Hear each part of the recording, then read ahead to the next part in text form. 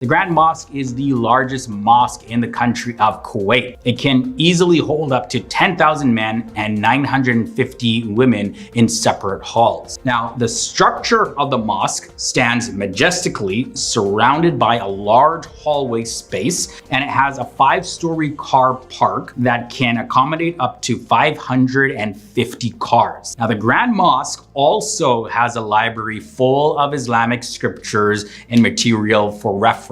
The architecture of the building is a must-see for tourists. Now, the doors of the mosque are made up of teakwood and intricate doorknobs are located on them. So there are a total of 144 windows in the structure. So yeah, it is magnificent. It is a beauty to behold. Now, from there at number 9, did you know that Kuwait has no natural source of water? Although Kuwait is located by the Persian-Arabian Gulf and is bordered by the vast sea, it still has no natural source of water. There are no rivers and lakes in Kuwait. All the water supply is done from underground. The country is dependent on lateral overflow from Saudi Arabia, and it has very limited supplies of internally renewable groundwater. Despite the lack of water, Kuwait is known to have some of the best quality of water in the entire world. Why? Well, this is because Kuwait has a very advanced and detailed desalinization process. Number 8 leads us to the Falcon Island. Falcon is a beautiful island off the coast of the Gulf, and it is one of the prides of Kuwait. The climate of this island is different from the mainland, which is why it is flooded with tourists during the spring season. Tourists can enjoy various activities here like boating, they can do sailing, of course swimming, and many other activities to keep them entertained. The ancient civilization that remains on this island also makes it very famous. The island is not just famous for holidays, but it's also used by the Kuwaiti Armed Forces for military purposes. Number 7, a very interesting one, falcons. Well, the falcon is a bird resembling an eagle or a hawk, but it is smaller in size, and the sacred falcon is the national bird of Kuwait. It is found on the nation's emblem, and the region where Kuwait is located is also known for falconry, which is a traditional activity of hunting the animal's natural habitat. All right, guys, hope you don't get too hungry at this one. Number 6, matchboos. Now, Kuwait is known for its amazing cuisine, and the food of this country is world famous. Everybody says that. If you ask anyone from the country for a good dish, they will tell you matchboos. This Kuwait famous dish is also called the national dish of the country, and it is made up of 3 main ingredients: the meat, which can be lamb or chicken, the topping, which is made of beans and onions, and rice, which is cooked in meat broth. Now, this resembles Indian biryani, but varies in taste and its preparation method. For number 5, you know we had to mention this. Kuwait is a very rich country. As a matter of fact, Kuwait is one of the richest countries in the entire world. With 72,872 in gross national income per capita, Kuwait is much richer than its neighboring countries. The economy of Kuwait does not consist of various diversified sectors that contribute to its economy. More than 3/4 of its export is petroleum. So Kuwait is an oil-rich country. The Kuwaiti dinar is also the world's most valuable currency unit. Moving on to number 4, Kuwait is also famous for its oil reserves. Kuwait produces 6% of the world's total oil production, and in 2017, it provided 3 million barrels. Kuwait shares a border with Iraq and Saudi Arabia,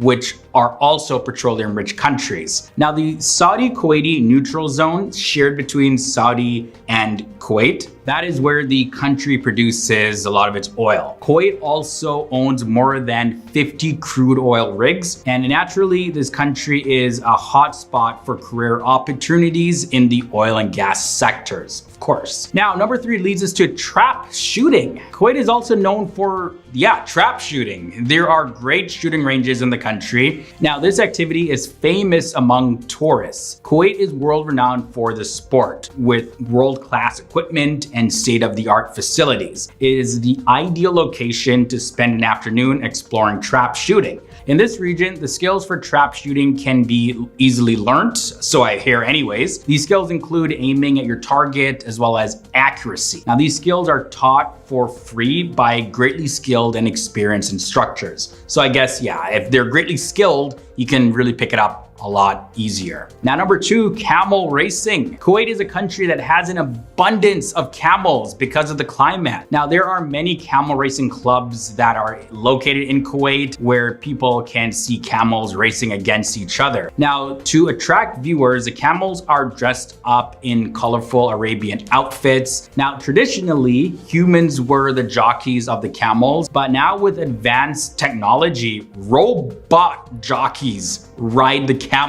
and can be controlled wirelessly. So whether you're watching a person riding the camel or a robot, it's still very entertaining. Now, the peak time for these races is between the months of October to April every single year. Now, for number 1, the thing that Kuwait is famous for is their Liberation Tower. Now, Liberation Tower is a 372-meter high telecommunications tower in Kuwait City. Now, it's the country's second tallest structure and the world's 39th tallest building. Tourists are not permitted to enter the tower though. Now, the construction of this tower started before Iraq invaded the country in the year 1990. Now, the working of the building continued even after Iraq left the country. The building was completed in the year 1993, and the tower was named the Liberation Tower to recall and show respect for the liberation of the country from Iraq. The building is used for office purposes, and at night, the building really lights up beautifully. So starting with number 10, the name Kuwait actually means fort. Kuwait is derived from an Arabic word, aqwat, which means fortress built near water. Until the 18th century, Kuwait hardly had any settlements, but the area was visited by nomads who would come and go.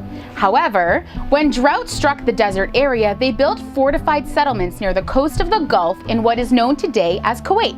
Moving on to talking about the currency. The Kuwaiti dinar is the official currency of Kuwait. Interestingly, it is subdivided into 1,000 fils. So 1,000 fils would be 1 Kuwaiti dinar.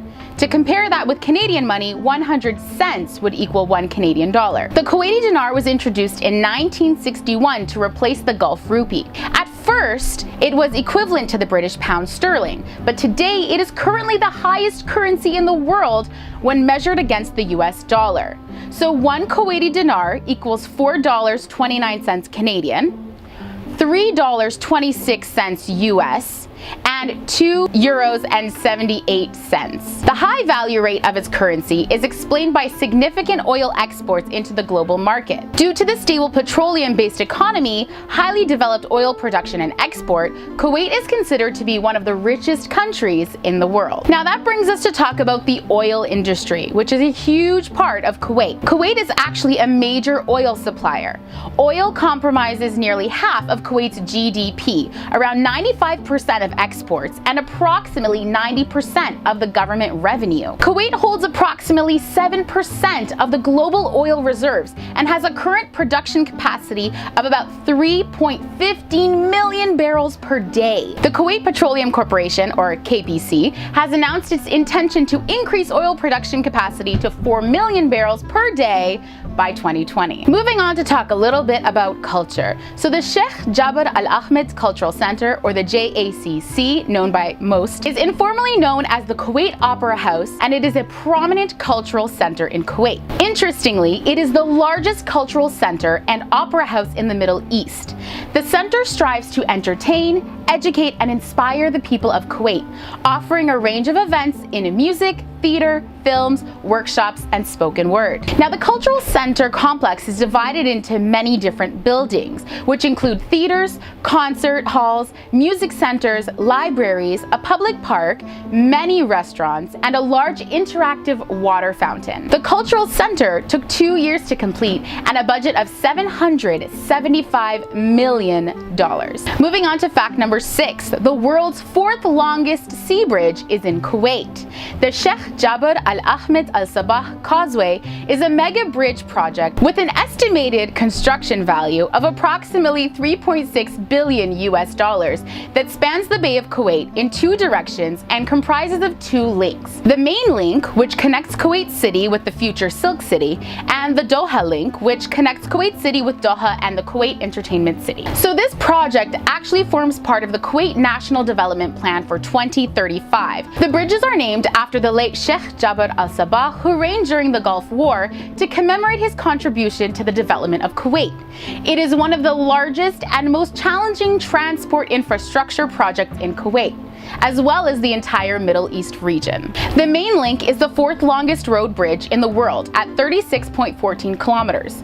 Both bridges have a combined length of 48.5 kilometers. It leads from the capital, Kuwait City's free trade zone, to an uninhabited area set to become another thriving port, Silk City. Bringing us to fact number 5, where we're actually going to talk about this Silk City. The Medina Al Harir, Arabic for Silk City, is a proposed 250 kilometer squared urban area in the Subiya region of northeastern Kuwait. So apart from a free trade zone and seaport, the Silk City will have an airport, an Olympic stadium, a tower taller than Dubai's Burj Khalifa, and housing for up to 700,000 people. Now, the cost of this long-term mega development is estimated to be more than $100 billion, hence the causeway's strategic importance to the country. Now, interestingly, much of the free trade zone development will be done in partnership with China after the two countries signed memorandums in the past several years. The vision is for the causeway to establish Kuwait as an international trading center connecting the Middle East with the rest of Asia. Next, we're going to talk about shopping. Now, Kuwait is home to the Avenues Mall Kuwait. The Avenues Mall is the largest shopping mall in the country. The mall opened its doors in April 2007 under the patronage of Sheikh Sabah al-Ahmed al-Sabah. It was the winner of the ICSC Gold Award for Best Shopping Center of 2013 under the expansion and design category in the Middle East and North Africa. Since it first opened in 2007, the Avenues has continuously developed and enhanced the shopping experience in Kuwait to outstanding levels. It has set new benchmarks and standards throughout the industry. It is considered to be one of the largest malls in the world, with more than 1,100 stores spread over 12 districts. The districts are inspired by classical and modern architecture. They include the First Avenue, Second Avenue, Prestige, Grand Avenue, Souk, the Mall, Soku, the Arcades, Grand Plaza, Electra, the Forum, and the Garden, and parking spaces that fit more than 10,000 cars. You guys, I've been there. It's an amazing sight to see. Any store you could think of is pretty much in this shopping center, and restaurant as well. All right, moving on to fact number 3, no income tax. Yes, Kuwait is among 15 countries around the world who do not have income taxes. How is this possible? Well, Kuwait is a small, wealthy country that earned its fortune through the oil industry, so it doesn't need to levy an income tax, making it a very attractive living and working destination for expatriates. Speaking of expatriates, that's going to bring us to talking about the population of Kuwait. The current population of Kuwait is 4,288,398 as of Wednesday, October 14, 2020, based on Worldometer elaboration of the latest United Nations data. Now, shockingly, 2/3 of the population are non-nationals. Expatriates account for about 70% of Kuwait's population, including 1.1 million Arab expatriates and 1.4 million Asian expatriates.